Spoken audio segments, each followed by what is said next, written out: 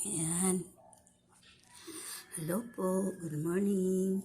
Good afternoon. And good evening po sa inyong lahat. Ito po, may ipapakita ako sa inyo na ito naman sa Blackstone. Ito po, oh. Ganda, oh. Ang bigat nito, eh. Ang bigat nito. Ayan. Ayan, ito. Pang ano lang to. Dito lang to, pang display lang to kasi hindi naman to pwedeng gawing ano eh. Mga kwentas-kwentas or pulseras. Yung mga makikinis lang ang dapat gawin. Ito, pang lucky charm lang. Dito lang. Ayan, ganda oh. Ang bigat. Ang bigat ng bato na to. Ayan oh. Ayan. Tapos, ito pang isa oh. Ang ganda rin. Ayan oh. Para siyang itlog ng pugo. Kaliit. Ayan lang. Napulot ko lang to dito sa dito sa aming lugar. Ganda. Kakatuwa nga to eh. Mga bato na to. Yan. Lucky charm. Yan. Lucky charm. Sige nga. Tingnan ko nga kung gumalaw. Tingnan ko lang. Try ko lang kung gumalaw.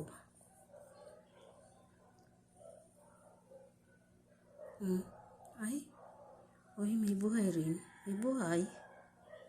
Uy, ang bilis naman. Hala.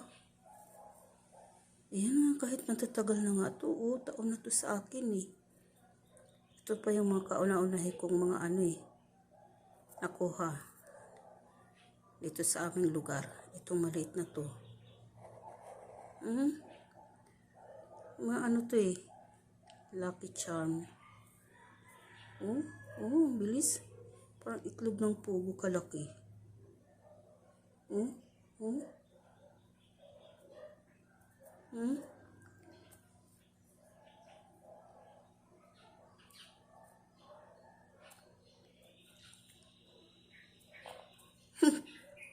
Katuwa.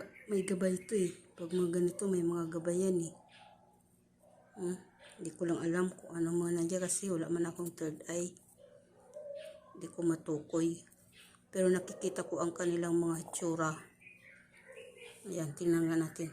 Ayan oh. Ayan oh, parang mga ano siya oh. May mga, ayan oh, may mga mukha-mukha. Ayan oh. Ayan oh, ito oh, parang mata. Tapos ito parang bibig, ilong. Ayan. Ayan oh, mga iba-iba. Ewan ko, parang ulo na nga ng ibon. Ayan. Yung maliliit na ibon. Ayan oh. Dami oh. Kaya lang kasi, siyempre, ang nakatukoy lang nito, yung mga bukas ang third eye at kitang-kita nila yan kung anong mga nandyan na mga gabay. Ayan oh.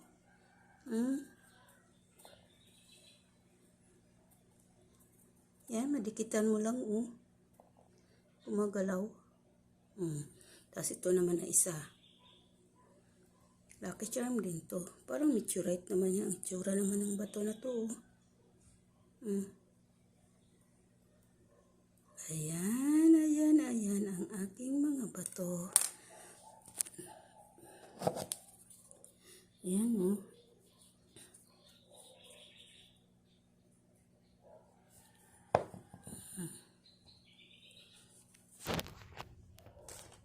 Marami kasi akong mga iba't ibang klaseng bato pero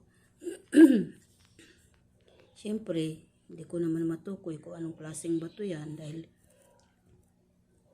wala naman hindi naman bukas third eye ko yung mga gabay-gabay nito kung ano. Basta ayan lang, gumagaralaw sila.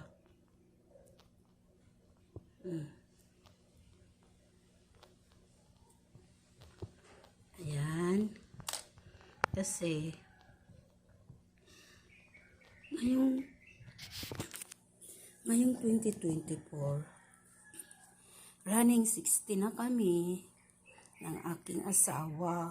Tapos, ang plano namin, pag nakalamsam na kami sa aming SSS, ayan, makakabili na kami ng machine para sa aming mga plano na pagkat ng mga bato. Yun po. Kaya sa ngayon, hindi pa kami kakagalaw kasi siyempre medyo mahal naman ang mga machine, lalo yung mga pambutas sa mga gagawing mga pulseras, bracelet, necklace. Ayun. Ayun po ang aming mga kailangan. At meron pa kami mga kailangan bilhin na materialis para doon naman sa isang project namin na nakapinding. Kasi liquid ang kailangan namin doon at mahal po yun. Ang isang galon daw po noon ay mahal ang halaga. Mga nasa 50K. Wala pa kaming ganong halaga. Kaya waiting na lang po magkaroon ng malaking pera para makagalaw na kami, makakilos na kami sa aming mga plano. Yun po. Loobin ng Panginoon na humaba pa ang buhay namin mag-asawa para naman po matupad namin ang aming mga gusto pang gawin sa buhay. Kasi ngayon, taon na to, 60 na kami. Ayun po, ang bilis ng panahon. Senior na. Yan, thank you po. Hanggang dyan na lang. God bless po. God bless us all. Thank you for watching. Bye.